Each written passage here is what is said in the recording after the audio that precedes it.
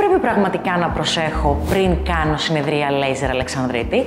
Πάμε να δούμε μαζί αναλυτικά. Το κυριότερο, το οποίο παίζει και ρόλο στην αποτελεσματικότητα των ραντεβού, είναι το μήκος της τρίχας το οποίο εξέχει του δέρματος. Η μοναδική περιοχή στην οποία θέλουμε να έχετε επέμβει πριν το ραντεβού σας είναι η περιοχή του μπικίνι όσον αφορά το τριχωτό. Έτσι ώστε να έχουμε πολύ κοντές τριχούλες, ναι μεν να εξέχουν του δέρματος και να φαίνονται, αλλά να παραμένουν κοντές. Καθώς είναι μια περιοχή στην οποία δεν μπορούμε να επέμβουμε εμείς ως αισθητικοί. Για τις υπόλοιπες περιοχές, μην ανησυχείτε καθόλου, θα το φροντίσουμε εδώ μαζί. Σε περίπτωση που έχετε εκτεθεί στον ήλιο πρόσφατα, θέλουμε να μας ενημερώσετε. Το καλύτερο είναι να απέχουμε 2 μέρες πριν το ραντεβού και 2 μέρες μετά. Σαφώς, αν έχετε πραγματοποιήσει κάποια συνεδρία solarium, το οποίο πάντα προτείνουμε να αποφεύγετε γενικότερα, θέλουμε φυσικά να μας ενημερώσετε, καθότι πολύ πιθανό να μην μπορούμε να εργαστούμε. Σε περίπτωση που υπάρχει οποιαδήποτε δερματική αλλίωση για οποιοδήποτε λόγο ή ένας οποιοδήποτε ρυθμός, θα θέλαμε επίσης να μας ενημερώσετε, καθότι είναι πολύ σημαντικό το δέρμα να είναι υγιές στις περιοχές που εργαζόμαστε. Επιπρόσθετα, σε περίπτωση που λαμβάνετε κάποια αγωγή, παραδείγματος χάρη με ισοτρετινοίνη για την ακμή ή χρησιμοποιείτε ρετινόλη για το skincare σας, είναι πολύ σημαντικό να μας ενημερώσετε